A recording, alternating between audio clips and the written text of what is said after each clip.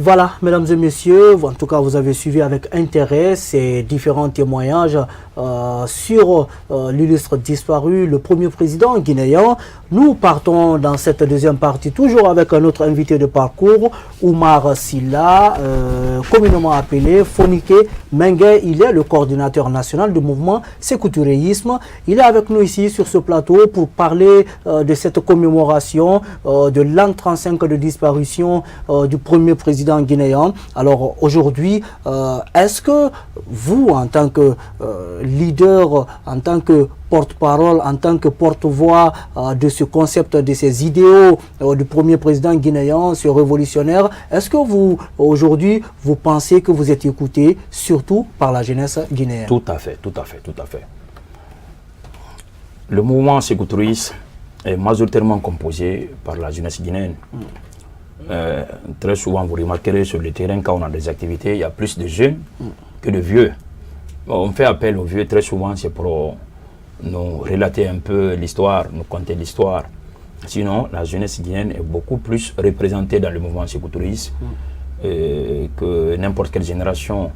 Donc, sur ce, le mouvement est fait, je vais dire, pour la jeunesse guinéenne. C'est pour cela qu'on passe même dans les universités, on est en train d'installer les antennes du mouvement Sékou Touré un peu partout. C'est de montrer un peu à la jeune génération qui ne connaît pas trop Camaravel Sékou Touré que fut l'homme, que fut en tout cas, que furent ses combats pour l'Afrique, pour la Guinée et pour l'Afrique, et surtout pour l'émancipation du peuple noir.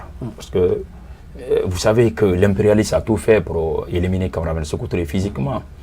Mais quand ils n'ont pas pu physiquement, ils sont passés par les médias. Vous savez, l'Africain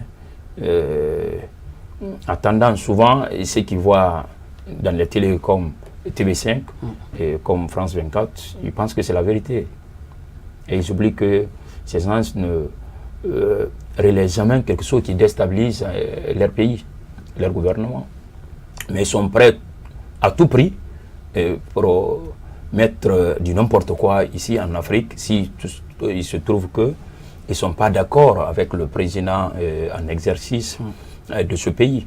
Donc, nous sommes en train de parler à cette nouvelle génération, désintoxiquer. Voilà, vous parlez de désintoxication. Tout à fait, tout à fait. Oui, désintoxiquer cette nouvelle génération, parce que tout ce qu'on voit à la télé, c'est pas vrai. Alors aujourd'hui, Sékou Touré n'est plus, 35 ans après, la jeunesse guinéenne, en tout cas, une partie de la jeunesse se reconnaît en cet homme. Pour vous, aujourd'hui, qu'est-ce qu'il faut faire justement pour réhabiliter carrément? Parce que jusqu'à présent, à un certain niveau, il y a en tout cas polémique sur la gestion de Sékou Touré en Guinée. Je viens de vous dire que la gestion de Camaravel Sékou Touré est largement positive. Plus de 90% positif. À l'époque, jusqu'ici, qu'on le veut ou pas, même le seul stade praticable que nous avons, 28 septembre, c'est Sékou Touré qui a construit. N'est-ce pas? La grande mosquée Faisal, qui a été à l'époque l'une des plus grandes mosquées en Afrique, c'est Camaravel Sékou Touré qui a construit.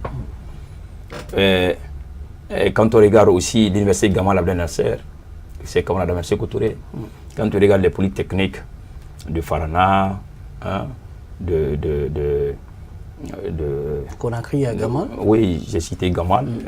Beaucoup d'autres, que ce soit à Farana, que ce soit à Kankan, tout ça, Bokeh, tout ça, c'est Sékou Touré. Alors, en laissant plus d'une quarantaine d'usines.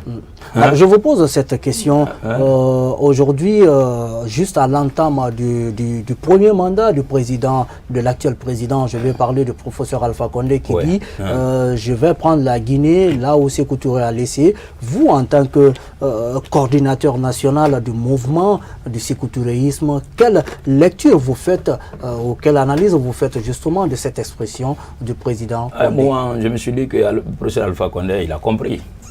Vous savez, il a combattu la révolution sékoutourienne durant tout son temps d'opposant. Il a combattu la révolution guinéenne, la révolution sékou-touréenne. Mais si aujourd'hui il dit qu'il prend la Guinée où Sékou Touré a laissé, je dirais qu'il a compris. Il a compris qu'il était en erreur. Il a compris que Sékou Touré qui avait raison. Et jusque-là, en tout cas, même si on met les bilans de tous les présidents qui ont succédé, jusqu'ici, personne n'atteint la cheville de camarade Sékou Touré.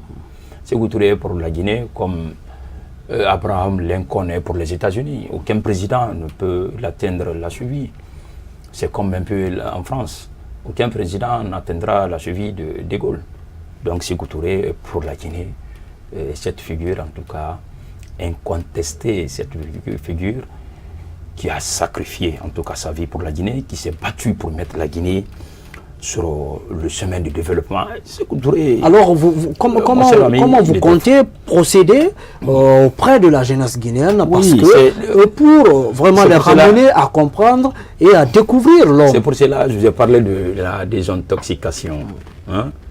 Sékou Touré, vous savez, ça fait combien d'années la Guinée n'a même pas sa propre compagnie? Rien. Ça fait longtemps.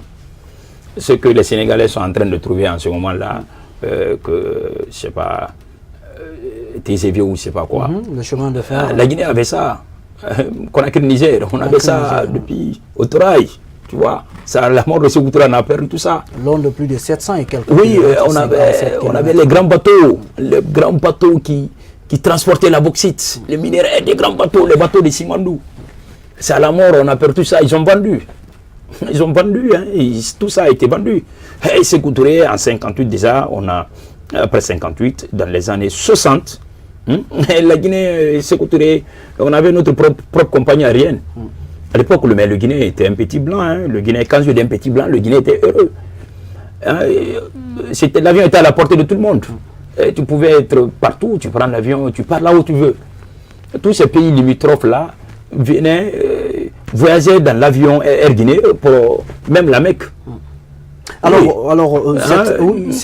était largement en avance. Et puis quand on regarde un peu dans la zone économique, dans le domaine monétaire, 58 on prend l'indépendance, 2 ans après on crée notre propre monnaie. Le franc de 60 à 72. À partir de 72, il a changé le franc pour rentrer dans la zone Sili. Là où il disait qu'un dollar est égal à un Sili sur le territoire national guinéen. Il ne dit pas en dehors. En dehors, qu'on ne pas. Mais ici, un dollar est égal à un Sili. Et un Sili était fort.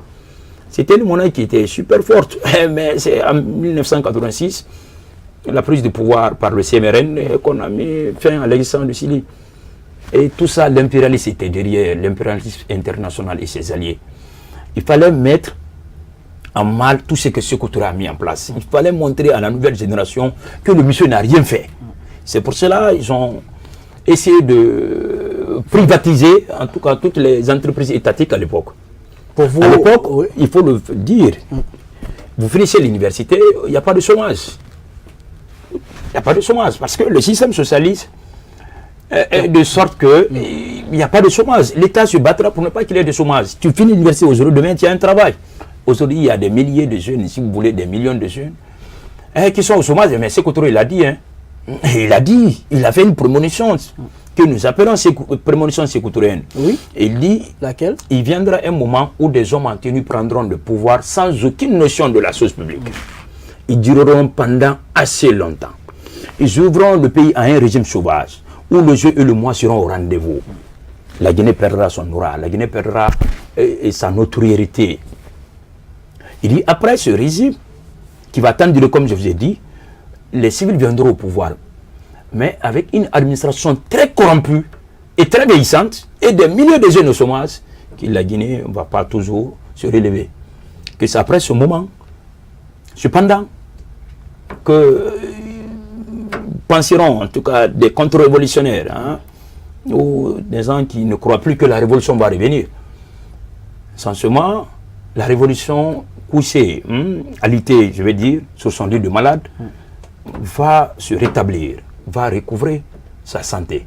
Mais à travers des jeunes conscients, des jeunes patriotes, et qui prendront la Guinée pour la mettre à sa place dans le concert des nations et la Guinée connaîtra en ce moment le développement escompté. Le développement escompté, Oui. ça c'est dans un des... Oui, des il a tomes dit, écrits par- dans tome, je crois, tome 13, l'Afrique et la Révolution. Et il a tenu le même discours le 22 novembre 1983, si vous voulez, le dernier congrès du PDG RDA. le GRDA. Ça s'avance à mort. En tout cas, nous arrivons pratiquement à la fin de cette émission. Ouais. Il s'appelle Oumar Silla, il est le coordinateur national du mouvement sécoutouréisme, en collaboration bien sûr, en unité d'action avec le PDG RDA. Ils tiendront demain une cérémonie de lecture de Saint-Coran à la mémoire du président Sékou, de feu président Sékou Touré, mais aussi d'autres activités sont prévues, justement des projections, sans oublier aussi ces programmes de témoignages et autres. Ici, Fodi Kemenge avec nous sur ce plateau. Merci d'être passé. Merci camarades, victoire éternelle au peuple, respect éternel au peuple. Pour la révolution, prêt, pour la patrie, prêt, l'impérialisme à bas. Je vous remercie. On s'apprête pour le deuxième sujet avec Idrissa Condé, mais juste après la pause.